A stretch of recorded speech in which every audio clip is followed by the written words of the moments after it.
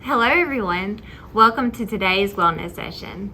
I have Erica Harris Henderson with me again today, and we're going to be sharing some ways to connect with your child from the Institute of Child Psychology. We're all guilty of letting life get in the way and not taking time and intentionally scheduling those opportunities for us to really connect with and engage with our child. So we're going to share some ways that will help you nurture your relationships with your child and build those connections that will last for a lifetime.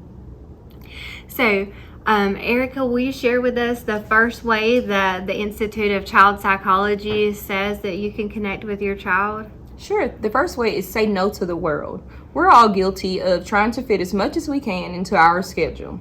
We know there's only 7 days in the week, and we try to get everything done from work to extracurricular activities, church, family gatherings, outings. So much happens in a week's span. But sometimes it is okay to say no to an engagement so that you can spend that time with your child. I know, saying no makes you feel guilty, especially if it's a loved one or a relative and you really want to make an obligation. But sometimes the most important thing at that time is spending a little extra time with your child. Sure. So, saying no to an activity outside of what's normally scheduled for you and your family. Like you said, normally we might have work and school and extracurricular activities, but we get invited to things outside of that, like birthday parties or family outings or family gatherings, community events, things like that. And those are all, great to participate in, but we just we want to make sure we're not overextending ourselves to the point where we can't fit in those intentional moments to connect with our child. So by saying no to the world, we are saying yes to increasing quality time with our children and building in opportunities to really foster and nurture those connections with them. Agree. The next way is to step away from the screens. So in our Wellness Tips with Lorie session on Wednesday, June the 22nd, we focus that session around screen time. So please refer to that session for additional information on the effects that too much screen time can have on your child, and some safety tips and some other things that you can do in place of screen time. So I encourage you to go back and watch that video if you haven't already.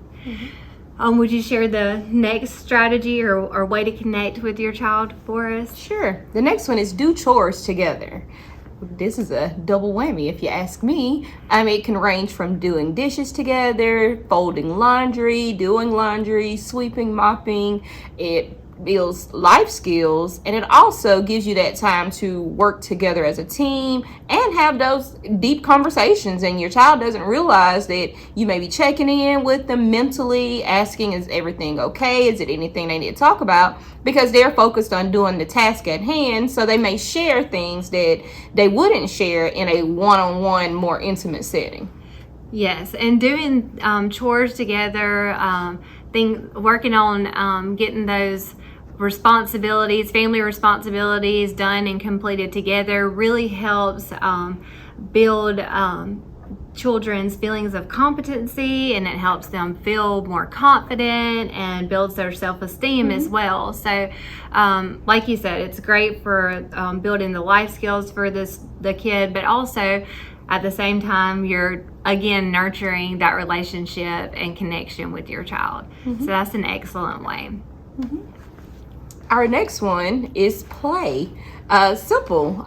Get down on your child's level. Depending on the age of your child, they may want you to do something such as painting toenails, fingernails, playing hide and seek, just different tasks like that. Well, not tasks, but different activities or games. But this teaches your child that, hey, yes, my mom or dad is a parent, but they're also someone that I can go to and play with. So at any time, if there is something that they need to talk to you about, they won't feel that judgment of, hey, mom is so uptight or dad is so uptight and straight to the point.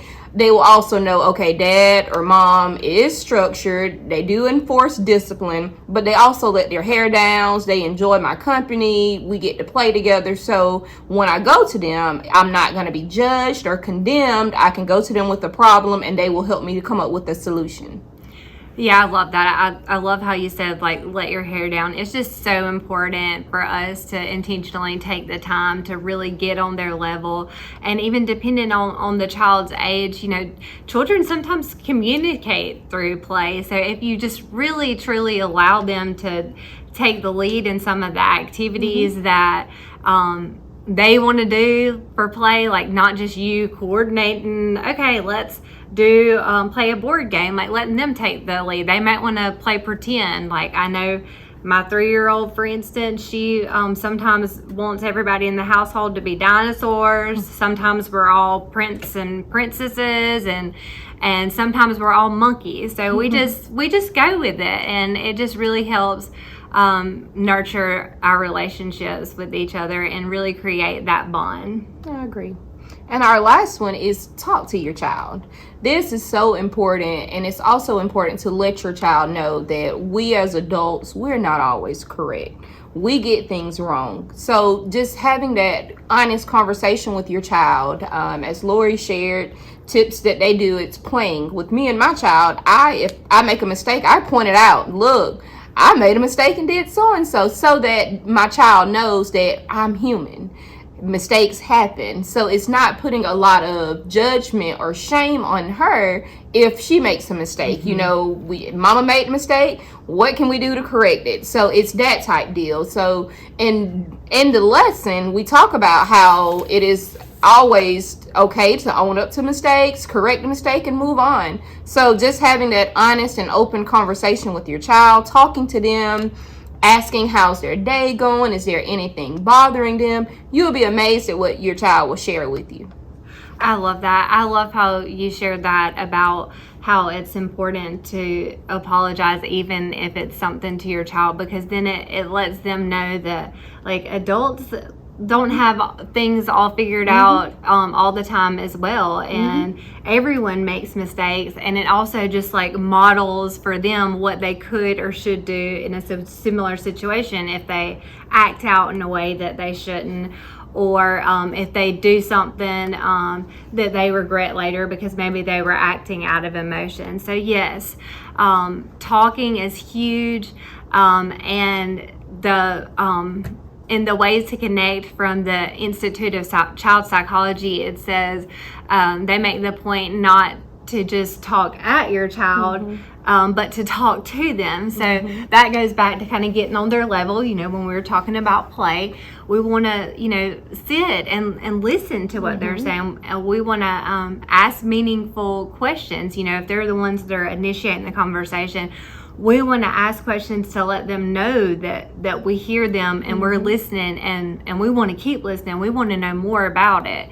And this is it's good to go ahead and start building and fostering, nurturing these relationships and connections with your child, so that if something serious or heavy does come along, they know how to communicate with you, and they know that you're a safe person for them to come and talk to and share and problem solve about that solution. So we hope that you will use some of these ways to try to connect with your child over the summer and throughout the year.